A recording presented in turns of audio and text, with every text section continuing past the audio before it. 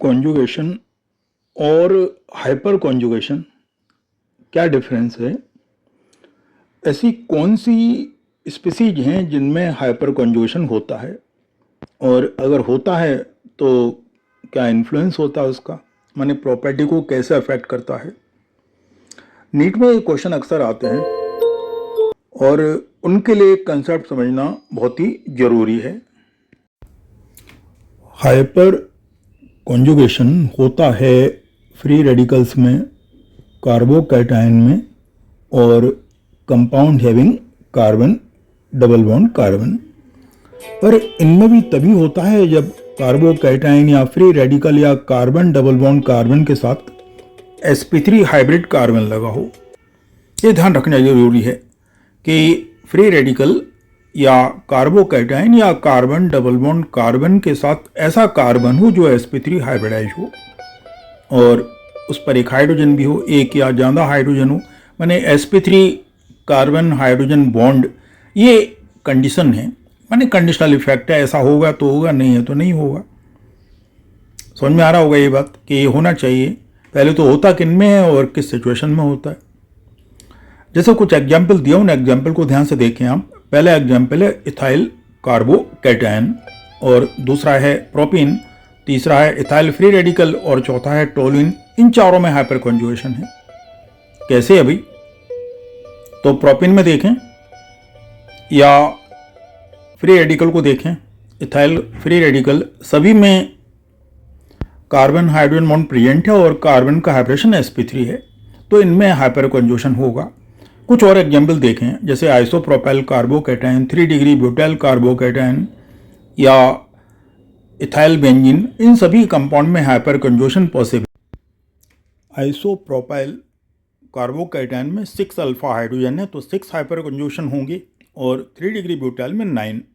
इसी टाइप से जो अगला कंपाउंड इसमें 8 अल्फा हाइड्रोजन है, सभी हाइपर कॉन्जुगेशन करेंगे।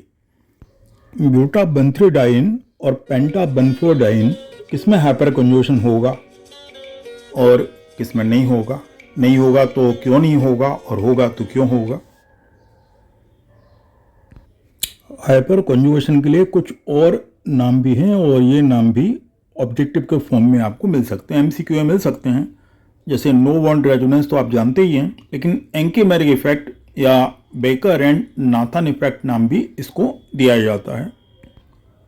Hyper conjugation actually stabilising effect है और ये फ्री रेडिकल कार्बोकैटायन और एल्कीन इनको स्टेबलाइज करता है।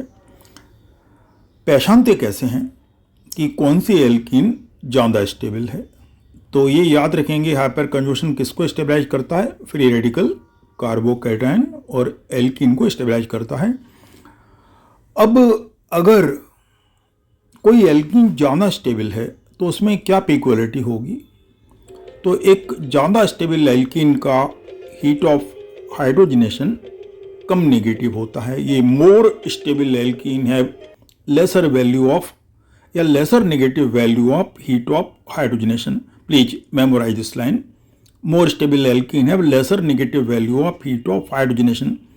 कुछ एग्जाम्पल देखें, इथेन, प्रोपीन, 2 मिथाइल ब्यूटेन 2 और ब्यूटेन 2। इसमें सबसे ज़्यादा अल्फा हाइड्रोजन किसमें हैं? तो सबसे ज़्यादा एग्जाम्पल हैं, थर्ड एग्जाम्पल में 2 मिथाइल ब्यूटेन और 0 अल्फा हाइड्रोजन इथेन में है।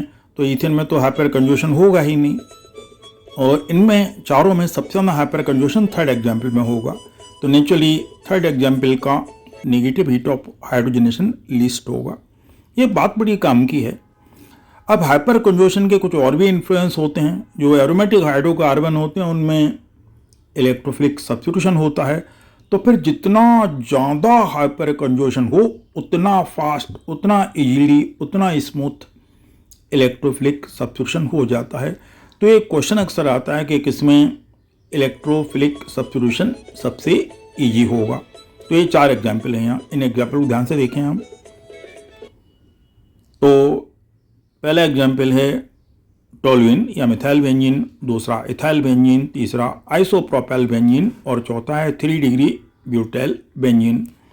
इनमें फर्स्ट एग्जाम्पल में 3 हाइपर कॉन्जुगेशन, दूसरे में 2, तीसरे में 1 और चौथे में 0 हाइपर कंजूशन होगा।